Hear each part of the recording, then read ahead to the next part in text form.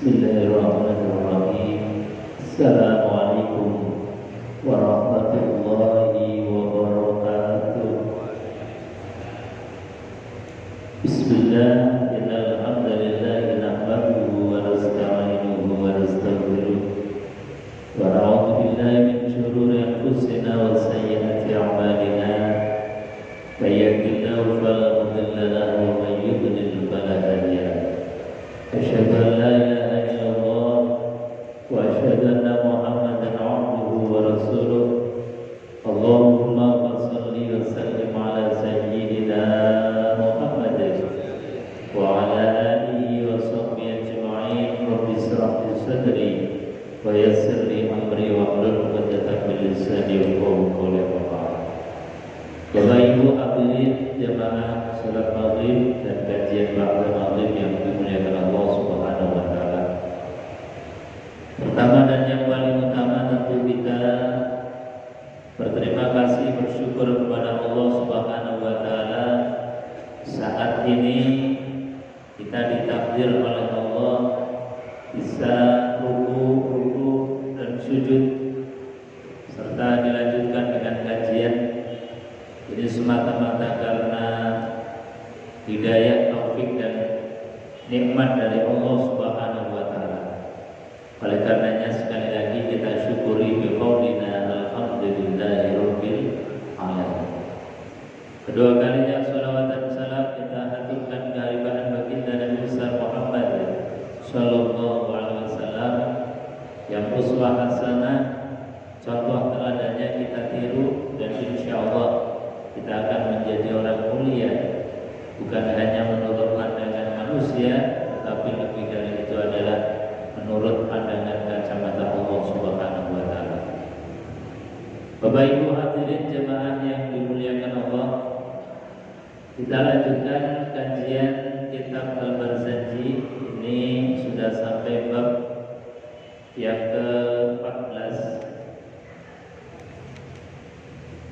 Di bab yang 14 ini menceritakan tentang peristiwa agung perjalanan suci baginda Rasulullah SAW diperjalankan oleh Allah Subhanahu wa taala untuk Isra dan Mi'raj. Ini adalah peristiwa yang langka, peristiwa yang hanya satu-satunya. Makanya di dalam kitab Kanzun Najah wa Surur itu malam Isra dan Mi'raj baginda Nabi besar Muhammad sallallahu alaihi wasallam itu termasuk malam yang mulia, malam yang istimewa menurut beliau, karena malam itu di mana ada seorang hamba yang langsung bertemu dengan Allah Subhanahu wa taala. Tidak ada seorang nabi, seorang rasul yang diperjalankan oleh Allah yang bertemu dengan zat Allah Subhanahu wa taala kecuali baginda Rasulullah sallallahu alaihi wasallam. Makanya peristiwa malam Isra dan Mi'raj ini termasuk peristiwa yang penting, peristiwa yang langka dan mustajab. Dan insyaallah ini mumpung belum lewat bulan depan, ini sudah masuk bulan Rajab. Nanti tanggal 27 Rajab itu di mana peristiwa baginda Rasulullah SAW diperjalankan oleh Allah Subhanahu wa taala. Nah, kenapa baginda Rasulullah SAW ini diperjalankan oleh Allah? Tentu ada hal yang melatar belakanginya. Di bab yang kemarin disebutkan di antara yang menyebabkan atau menjadi sebab Nabi Shallallahu Alaihi Wasallam diperjalankan oleh Allah adalah keadaan Rasulullah Shallallahu Alaihi Wasallam yang saat itu dalam keadaan sangat sedih. Kenapa sedih? Karena beliau Shallallahu Alaihi Wasallam yang pertama meninggal paman beliau, paman yang selalu membela, membackup perjuangan beliau meninggal dunia. Disusul 3 hari. Di sini disebutkan ba'da salasi ayyam, setelah 3 hari kepulangan paman beliau, disusul istri tercinta beliau Khadijatul Kubra juga meninggal dunia. 2 orang ini yang paling berjasa, 2 orang ini yang paling membela Rasulullah SAW dalam keadaan susah, dibela mati-matian oleh paman beliau. Kedua-duanya ini meninggal dunia dalam waktu yang tidak lama, 3 hari berselang. Makanya Rasulullah SAW begitu sangat sedih. Maka dalam keadaan sangat sedih ini, Allah Subhanahu wa Ta'ala menghibur beliau Rasulullah SAW dengan cara diperjalankan. Nah, ini diantara fitrahnya manusia. Ketika dalam keadaan sedih, dalam keadaan penuh dengan tekanan atau banyak sekali masalah, maka jalan-jalan ini diantara yang menjadi resep termasuk baginda Rasulullah SAW diperjalankan oleh Allah Subhanahu wa Ta'ala. Maka jalan-jalan healing, refreshing itu juga merupakan perintahnya Al-Quran. Maka jangan di rumah terus, kalau ya jalan-jalan. Ini memang perintahnya Allah. Allah dalam Quran itu menyebutkan famshu fi manakibiha wa kulu min rizqi. Famshu fi manakibiha, berjalanlah ke lorong-lorong bumi. Kemanapun yang belum pernah kita singgahi, kita disuruh untuk berjalan-jalan, untuk mengunjungi tempat-tempat yang kira-kira belum kita kunjungi. Famshu fi manakibiha. Jadi healing, jalan-jalan itu juga bagian dari perintahnya Allah. Wa kulu min rizqi, dan makanlah rezeki yang ketika kita ini tinggal di situ. Jadi jangan cuma jalan-jalan, tapi beli makanannya, beli apa yang ada di situ kita makan. Sehingga apa? Dengan kita makan dari makanan-makanan setempat yang kita kunjungi, itu sirriyahnya kita ada rasa keterpautan dengan tempat tersebut. Kita jalan-jalan misalnya umroh haji ke Mekah, kita makan kurma, rasanya ini Mekah bagian dari hidup kita, Madinah bagian dari hidup kita. Nah, ini sirriyah. Maka kenapa Nabi SAW dalam keadaan susah, gundah gulana, ditinggal orang yang dicintai oleh Rasulullah SAW, maka kemudian baginda Rasulullah diperjalankan oleh Allah Subhanahu wa Ta'ala. Subhanalladzi asra bi 'abdihi lailan minal masjidil haram ilal masjidil aqsa alladzi barakna hawla linuriyahu min ayatina innahu huwas samiul basir.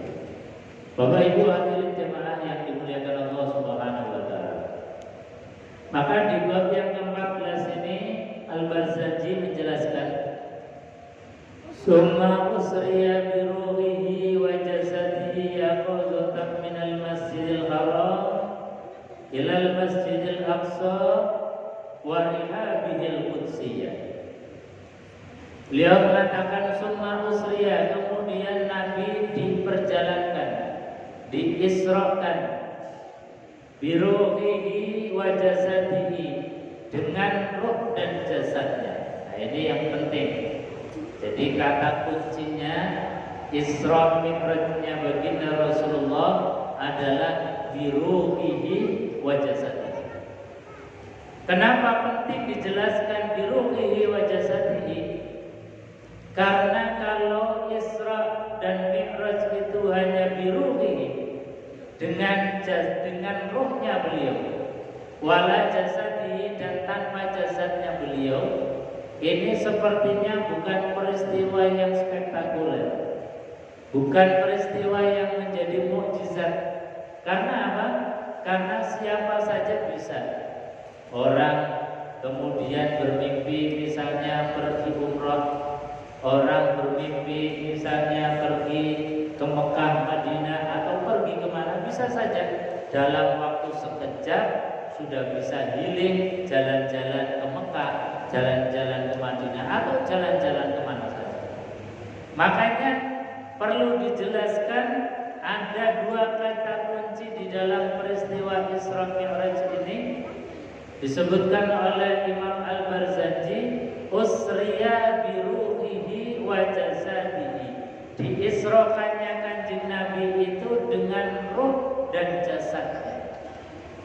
Ini yang menunjukkan bahwa peristiwa ini adalah peristiwa yang menjadi mukjizat Nabi Shallallahu Alaihi Wasallam. Makanya Nabi Shallallahu Alaihi Wasallam ketika peristiwa ini dijelaskan oleh Allah, Subhanalladzi asra bi 'abdi. Kalimatnya ketika Allah memperjalankan Rasulullah itu dengan kalimat Subhanalladzi, Maha suci Allah. Artinya apa? Bahwa ini adalah peristiwa yang memang yang menghendaki, yang menginginkan bukan makhluk, bukan Rasulullah, bukan Muhammad sallallahu alaihi wasallam, tetapi peristiwa ini yang menghendaki adalah Allah Subhanahu wa ta'ala. Kalau Allah yang menghendaki, kalau Allah yang memperjalankan, meskipun biruhihi wa jasadihi, dengan ruh dan jasadnya, dengan perjalanan super cepat, kalau Allah yang memperjalankan, rasanya bukan hal yang mustahil, pasti mudah bagi Allah Subhanahu wa ta'ala. Ini kata kunci yang disampaikan oleh Imam Al-Barzanji, biruhihi wa jasadihi. Satu lagi kata kunci yang disampaikan oleh beliau, yaqadzatan. Nabi perjalanan Isra Mi'raj itu yaqadzatan, dalam suasana beliau itu terjaga, bukan dalam suasana tidur, bukan juga karena mimpi. Ini sekali lagi apa yang dijelaskan oleh Imam Al-Barzanji, kalimat-kalimat kuncinya ini betul-betul harus kita pahami. Nabi Shallallahu Alaihi Wasallam Isra itu dengan ruhnya, Nabi Isra itu dengan jasadnya, Nabi Isra itu dalam keadaan terjaga.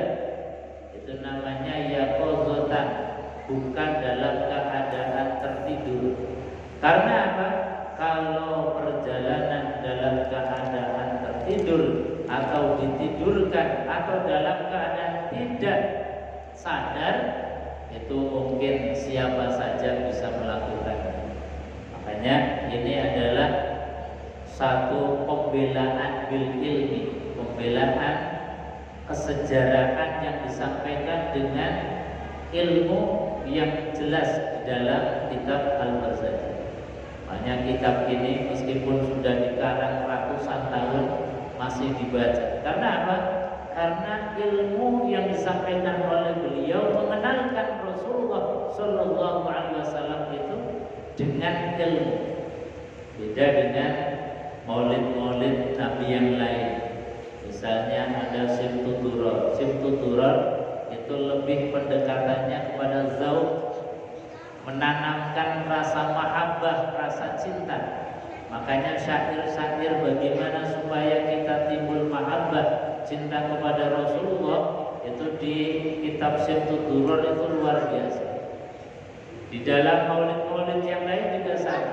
Tapi maulid Al-Barzanji di samping menumbuhkan rasa mahabbah juga menanamkan rasa cinta ini bil ilmi, dengan ilmu, dengan riwayat yang jelas dari baginda Rasulullah Sallallahu Alaihi Wasallam. Jamaah yang dimuliakan Allah. Kemudian apa yang beliau sampaikan, minal Masjidil Haram ilal Masjidil Aqsa. Perjalanannya Rasulullah dari Mekah, dari Masjidil Haram ke Masjidil Aqsa menuju Sidratul Muntaha. Maknanya apa? Ini adalah satu hal yang sangat penting. Ketika kita ingin berjumpa dengan Allah, maka startup awal sebagai bandaranya kita, sebagai terminalnya kita, itu bukan rumah, bukan kantor, bukan lapangan, tetapi yang menjadi terminal kita untuk berjumpa dengan Allah, minal masjid ilal masjid, dari Masjidil Haram ke Masjidil Aqsa. Jadi masjid itu punya peran yang sangat sentral. Masjid bahkan menjadi institusi pertama sebelum ada institusi lain.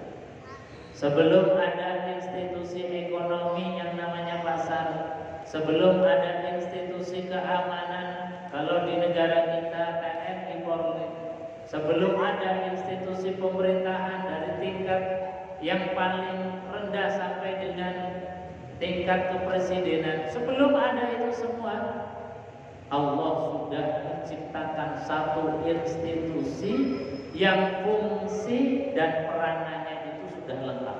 Apa itu? Yaitu masjid. Makanya ketika Nabi SAW mau bertemu Allah pun berangkat dari institusi yang namanya masjid. Jadi masjid ini betul-betul satu peran sentral di dalam membangun peradaban. Maka Nabi Adam sebelum diturunkan ke muka bumi ini sudah ditunjuk satu titik yang nantinya menjadi Baitullah, menjadi masjid, menjadi rumah Allah. Makanya disampaikan oleh Allah dalam Al-Quran, Inna awwala baitin wudi'a lin-nas lalladzi bi Bakkah mubarakah wa hudan lil 'alamin fihi ayatun bayyinatun maqam Ibrahim wa man dakhalahu kana aminan. Kata Allah, inna awwala baitin, sesungguhnya yang pertama bait, rumah Allah, masjid yang pertama kali dibangun adalah di Bakkah Mubarakah, Ka'bah yang ada di cekungan Mekah. Wa hudan lil 'alamin, fungsinya apa? Untuk menjadi sentral petunjuk alam semesta ini. Karena memang bumi ini porosnya itu ada di Mekah, ada di Ka'bah. Ini Allah sampaikan peran penting masjid itu. Bahkan Allah sendiri yang menuliskan, yang menjelaskan tentang fungsi masjid ketika dibangun oleh Allah Subhanahu wa taala. Apa fungsi masjid? Kata Allah, wa ja'alnal baita masabatan linnas wa amna wattakhidhu min maqami Ibrahim musalla wa 'ahidna ila Ibrahim wa Ismail an tahira baiti lit-taifin wal 'akifin warruk'is sujud. Ini Allah sendiri menjelaskan tentang fungsi masjid. Maka kita ini harus betul-betul belajar tahu tentang fungsi masjid ketika kita membangunnya, atau ketika kita diamanai untuk mengelola masjid. Fungsi masjid apa? Kata Allah, satu, masabatan linnas, tempat kumpulnya manusia. Jadi masjid ini tempat kumpulnya kita. Ketika kita sekarang berkumpul ini sudah pas, karena memang apa? Karena inilah rumah kita yang hakiki. Kata Rasulullah SAW, al-masjidu baitul mu'minin. Masjid ini hakikatnya rumah kita. Kalau rumah artinya kita ini harusnya betah di dalam masjid. Ustaz, nah rumah yang tak bangun, yang setiap hari saya istirahat tinggal di dalamnya, itu apa? Apakah bukan rumah? Kata Rasulullah, baituka al-maqabir, rumahmu yang dibangun mewah, bagus-bagus, yang tiap hari kita tinggal di sana, itu hanya laksana kuburan berapa? Kuburan itu kalau kita bongkar isinya hanya onggokan daging, tulang-tulang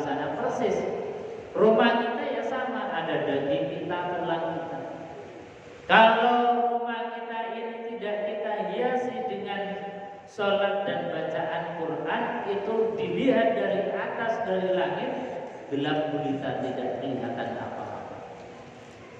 Makanya benar apa yang disampaikan oleh Rasulullah bahwa rumah kita itu sejatinya hanya kuburan.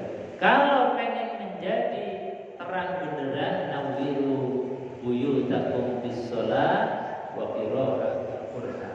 Terangilah rumahmu dengan banyak sholat dan juga membaca Al-Quran.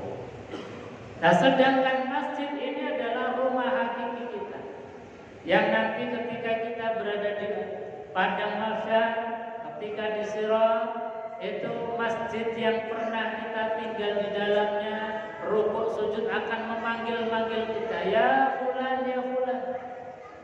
Telapak kakimu dulu berada dan nempel di lantai, silahkan kalian masuk. Siapa saja yang pernah rukuk sujud di dalam masjid itu nanti dipanggil-panggil oleh masjid kita ini. Ini masjid yang hakikatnya tujuannya adalah satu, masa batal linnas. Baru kemudian wa amna, masjid itu menciptakan rasa aman. Tujuannya adalah bagaimana peradaban itu dibentuk, dibangun dengan rasa aman. Makanya kata Allah, wa man dakhalahu kana amina. Barang siapa yang masuk Ka'bah, masuk rumah Allah, masuk masjid, kana amina, maka dijamin keamanannya oleh Allah Subhanahu wa taala. Mafhum mukhalafahnya apa?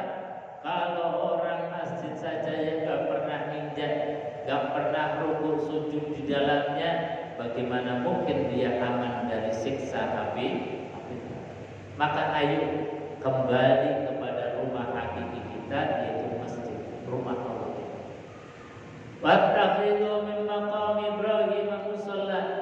Kemudian di maqam Ibrahim itu adalah tempat untuk sholat. Sholat sunnah habis tawaf biasanya sholat di belakang maqam Ibrahim. Baru ada fungsi-fungsi lain seperti misalnya lit-taifin untuk tawaf, dan ini hanya ada di Mekah saja atau di Ka'bah saja. Wal-akifin, masjid juga untuk i'tikaf. Baru disebutkan oleh Allah Subhanahu wa taala warruk'is sujud, untuk tempat rukuk dan sujud. Jadi tempat sholat untuk ruku dan sujud secara berjamaah ini disebut oleh Allah Subhanahu wa taala sebagai fungsi terakhir. Yang pertama justru untuk kumpulnya manusia, untuk menciptakan rasa aman. Baru di akhir ayat itu Allah sampaikan warruk'is sujud. Nah, cuman kita kadang-kadang malah kebalik, membangun masjid fungsi utamanya itu untuk rukuk dan sujud, sehingga apa? Habis sholat selesai masjid itu ditutup di kancing rapat. Di sini kancing benar ya? Alhamdulillah. Jadi hendaknya masjid itu jangan dikancing, dikasih akses. Kenapa? Karena boleh jadi ada orang yang belum bisa tidur karena banyak problem masalah, pengen berjumpa dengan Allah, pengen rukuk dan sujud, pengen bersimpuh di rumahnya Allah, ada akses untuk pergi ke masjid. Tapi kalau masjid kemudian habis sholat ditutup, apalagi dikancing, ini berarti membatasi daripada fungsi-fungsinya masjid. Padahal fungsi masjid sebagaimana Allah sampaikan di dalam Al-Quran, wa idz ja'alna al-baita mathabatan lin-nas wa amna wattakhidhu min maqami Ibrahim musalla wa 'ahidna ila Ibrahim wa Isma'ila an tahhira baiti lit-taifin wal-'akifin war-ruk'is sujud. Bapak Ibu hadirin jemaah yang dimuliakan Allah. Makanya kenapa sirriyahnya baginda Nabi Shallallahu Alaihi Wasallam menjadikan masjid itu betul-betul pilar yang sangat penting. Ketika Isra, perjalanannya minal masjid ilal masjid. Ketika beliau baginda Shallallahu Alaihi Wasallam hijrah ke Madinah, apa yang pertama kali dibangun? Nabi tidak membangun rumah beliau, Nabi tidak membangun dulu ruko atau pasar untuk usaha beliau, tidak. Nabi Shallallahu Alaihi Wasallam tidak membangun kantor atau membangun yang lain, tetapi yang dibangun terlebih dahulu ketika Rasulullah Shallallahu Alaihi Wasallam baru hijrah ke Madinah, yang dibangun adalah masjid yang kita kenal dengan Masjid Kuba. Jadi Masjid Kuba yang jaraknya kira-kira dari masjidnya Nabi itu 5 kilo. Itu adalah masjid yang pertama kali dibangun oleh Rasulullah sebagai institusi untuk membangun sebuah peradaban. Inilah Rasulullah Sallallahu Alaihi Wasallam.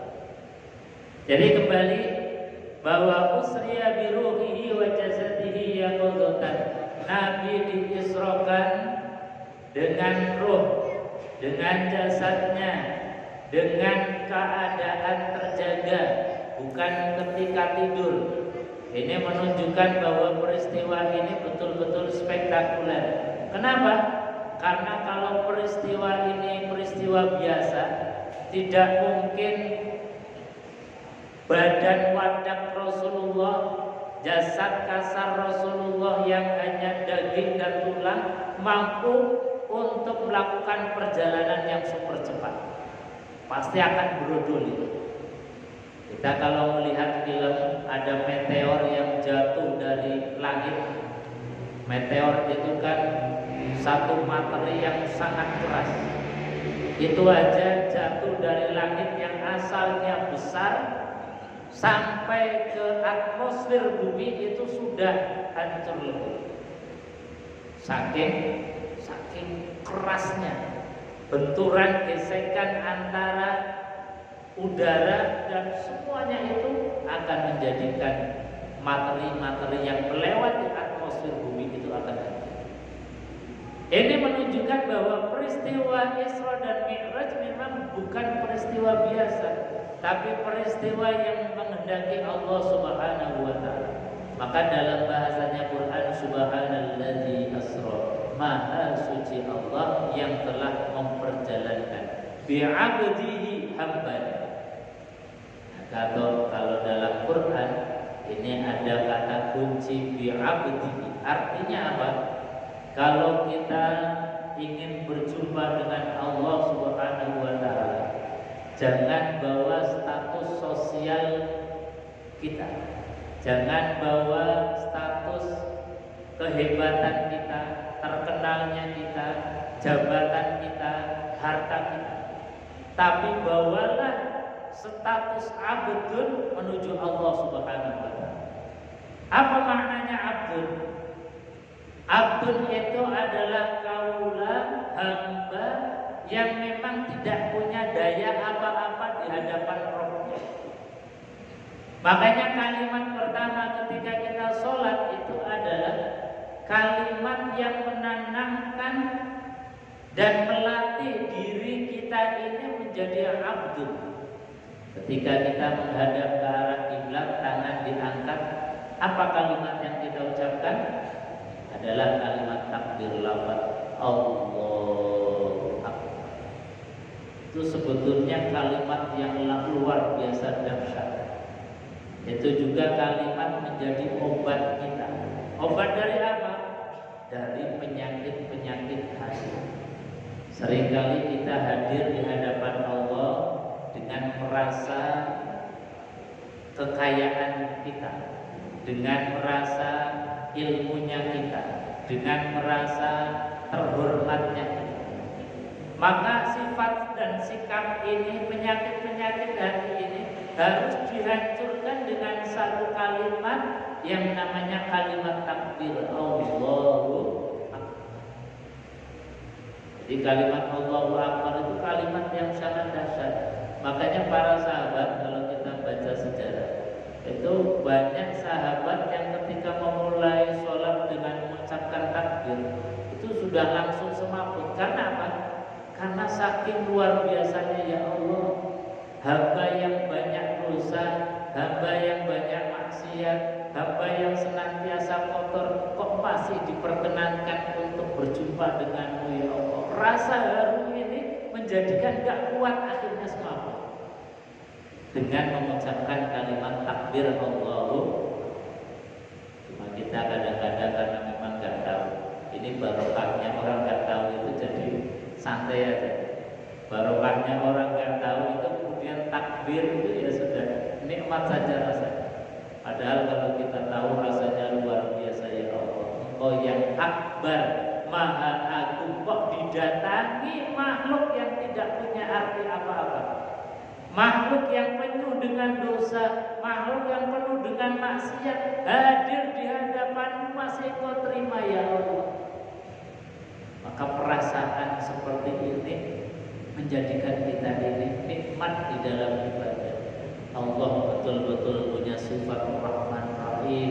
Kasih sayangnya Allah tidak memandang yang hadir itu banyak dosa atau tidak, yang hadir itu sering lupa dengan beliau atau tidak. Gak masalah. Allah itu punya sifat Ghafurur Rahim, bahwasanya Rahman Rahimnya Allah itu terbentang luas.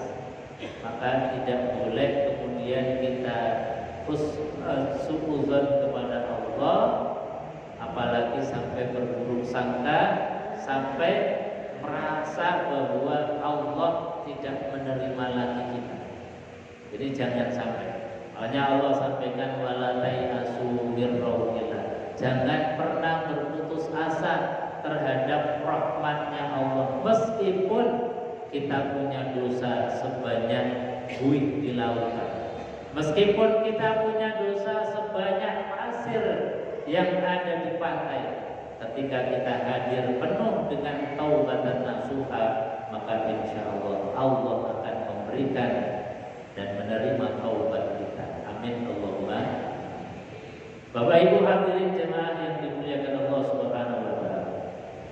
Jadi kembali lagi, beberapa kata kunci, beberapa simbol yang dipertunjukkan oleh Allah Subhanahu wa taala dalam perjalanan suci Rasulullah, diantaranya adalah minal masjid ilal masjid. Nabi Shallallahu Alaihi Wasallam perjalanan suci menuju Allah dimulai dari masjid ke masjid. Maknanya apa? Bahwa kita ini jangan pernah jauh-jauh dari masjid. Kita ini jangan pernah meninggalkan masjid. Hati kita latih terus supaya mu'allaqun bil masajid, supaya punya kerinduan terhadap masjid. Makanya baginda Rasulullah SAW di dalam menanamkan dan mendidik kita supaya kita hatinya punya tertarik terhadap masjid, ada kerinduan terhadap masjid, sampai baginda Rasulullah SAW memberikan iming-iming bahwasanya nanti ketika di yaumul qiyamah, yaumul mahsyar, di akhirat tidak ada perlindungan kecuali perlindungan dari Allah Subhanahu wa taala.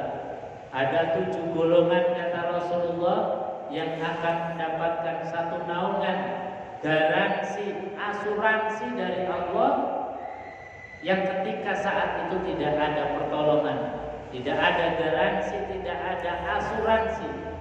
Di antara preminya kata Rasulullah SAW adalah rajulun qalbuhu mu'allaqun fil masajid.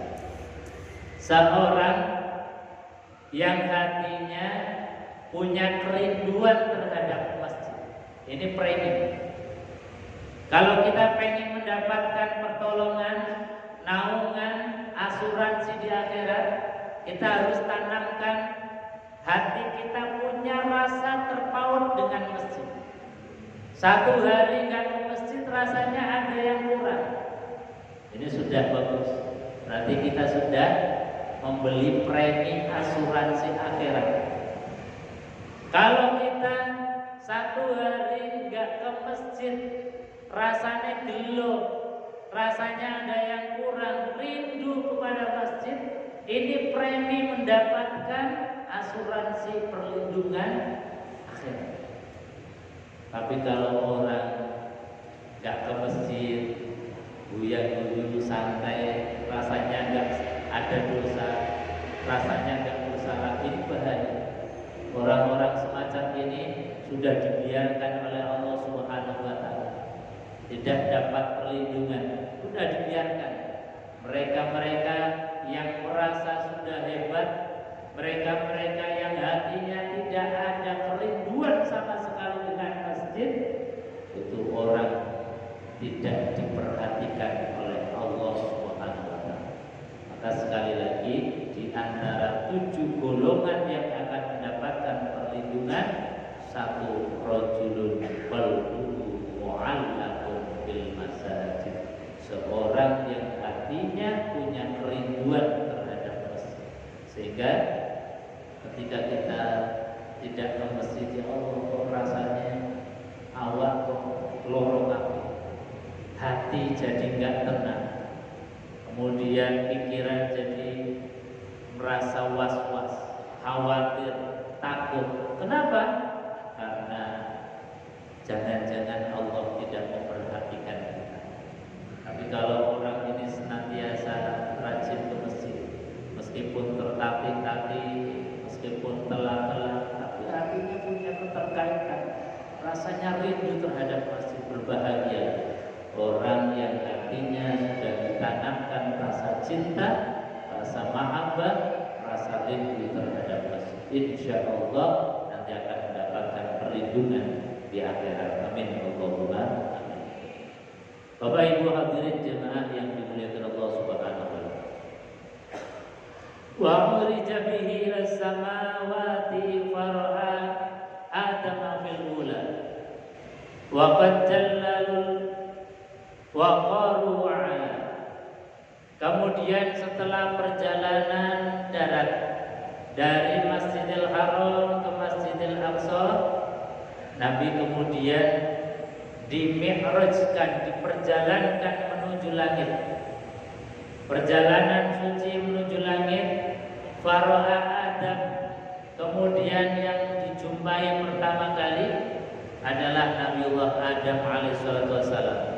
Waqad jalalahul waqaru wa'ala. Wara'a fis tsaniyah. Kemudian di langit yang kedua, Isa bin Maryam bertemu dengan Nabiullah Isa.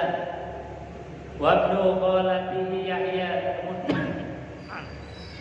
Kemudian bertemu dengan putra bibinya yaitu Nabi Yahya. Wara'a fis tsalisah. Kemudian di langit yang ketiga Yusufa bertemu dengan Nabiullah Yusuf. Ar-Rabi'ah, di langit yang keempat Idrisa bertemu dengan Nabiullah Idris alaihissalatu wassalam. Alladzi rafa'allahu makanahu wa'ala. Wa fil khamisah, dan di langit yang kelima Harun al-Muhabbab, yaitu bertemu dengan Nabiullah Harun yang sangat dicintai oleh kaumnya yaitu Bani Israil. Wa fis sadisah, dan di langit yang ke-6 Musa, Nabiullah Muhammad bertemu dengan Nabi Musa. Allazi kallamahu Allah Ta'ala wa naja, yang disifati sebagai kalimullah. Jadi Nabi Musa punya gelar namanya kalimullah, orang atau nabi yang bisa bercakap-cakap dengan Allah Subhanahu wa Ta'ala.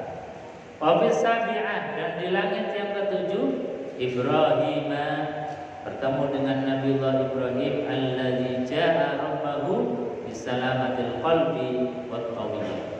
Nabi Ibrahim ini yang disifati sebagai ja'a rabbahu bisalamah, yang datang kepada Allah ini dengan hati yang selamat, karena Nabi Ibrahim itu luar biasa. Wa hafizahu min nari Namrud wa afa, yang dijaga, yang diselamatkan dari panasnya api yang dibuat oleh Raja Namrud. Summa rufi'a ila sidratil muntaha. Kemudian setelah sampai di langit yang ketujuh, ini dilanjut sampai ke Sidratul Muntaha. sampai ke arsy-Nya Allah, bertemu dengan Allah Subhanahu wa taala.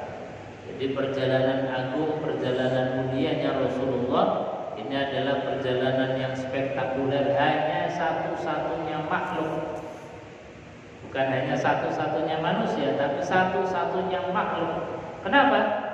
Karena makhluk sehebat malaikat yang namanya malaikat Jibril pun, pimpinannya malaikat itu tidak sanggup untuk menembus.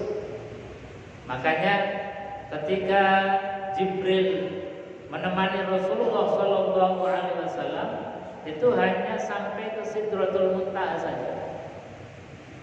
Jibril mengatakan, andai kata saya melangkah satu jengkal saja, maka kata Jibril, hancurlah tubuhku. Kenapa? Karena makomnya malaikat Jibril itu hanya sampai ke situ. Maka kemudian baginda Shallallahu Alaihi Wasallam melanjutkan seorang diri. Ini menunjukkan bahwasanya betul-betul Nabiullah Muhammad Shallallahu Alaihi Wasallam itu derajat keutamaannya melebihi daripada keutamaannya para malaikat. Dan peristiwa itu sebagaimana disebutkan dalam kitab Kanzun Najah, ini hanya pendapat di dalam kitab Kanzun Najah, peristiwa ini lebih hebat, lebih mulia, lebih agung dibandingkan dengan peristiwa yang disebut di dalam Al-Quran Lailatul Qadar. Lailatul Qadar aja luar biasa disebutkan di dalam Al-Quran, Lailatul Qadri khairum min alfi syahr. Tapi menurut kitab di dalam kitab Kanzun Najah, ini pendapat, namanya pendapat, bisa benar, bisa salah. Tapi dalam logika beliau, kenapa peristiwa ini melebihi keutamaannya daripada Lailatul Qadar? Karena peristiwa Isra Mi'raj itu hanya satu-satunya pernah terjadi kepada seorang makhluk namanya manusia yang diberi nama Muhammad Sallallahu Alaihi Wasallam. Maka peristiwa ini menjadi al-mu'jiz, sebagai mukjizat pada beliau baginda Rasulullah SAW. Bapak Ibu hadirin jemaah yang dimuliakan Allah Subhanahu wa taala. Ila maqamil mukafahatil ladzi qarrabahu Allah fihi wa adana.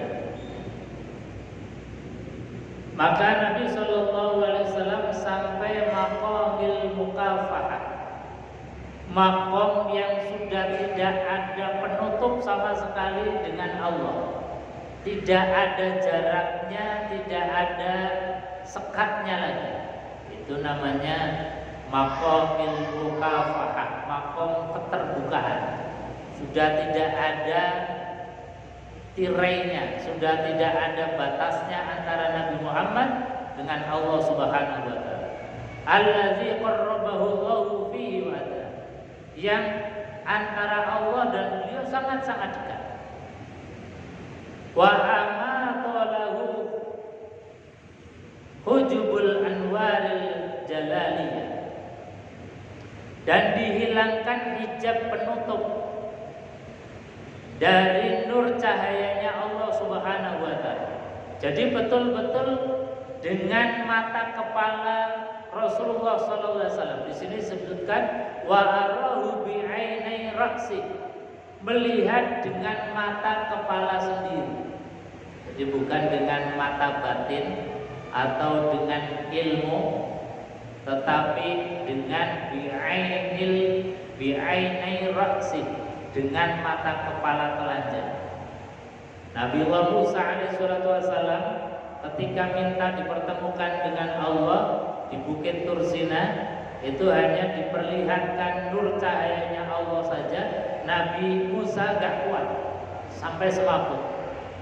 Tapi ini baginda Rasulullah Sallallahu Alaihi Wasallam, wa arahu bi ainai ra'si min hadratir rububiyyah ma ara. Jadi Nabi Shallallahu Alaihi Wasallam melihat Allah bi'ainai ra'si, dengan mata kepala sendiri, min hadratir rububiyyah uluhiyah, di hadapan rububiyahnya Allah. Ini baginda Rasulullah SAW betapa nikmatnya melihat cahaya nurnya Allah, melihat ciptaannya Allah saja yang terhampar di alam semesta ini saja rasanya sudah menyejukkan hati. Kita melihat hamparan lautan yang begitu luas, hati yang asalnya sempit jadi kemudian terang.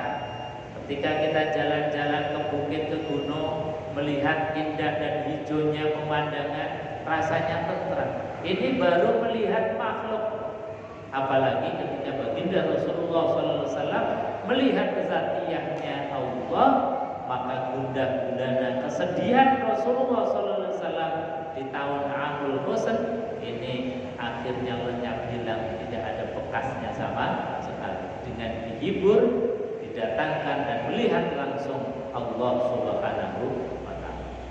Bapak Ibu hadirin jemaah yang dimuliakan Allah, itu untuk pembahasan Isra Mi'raj. Insyaallah di pekan yang akan datang kita akan bahas tentang oleh-oleh dari peristiwa Isra Mi'raj Rasulullah SAW. Saya kira itu kita tutup dengan doa kafaratul majelis bersama-sama. Bismillahirrahmanirrahim.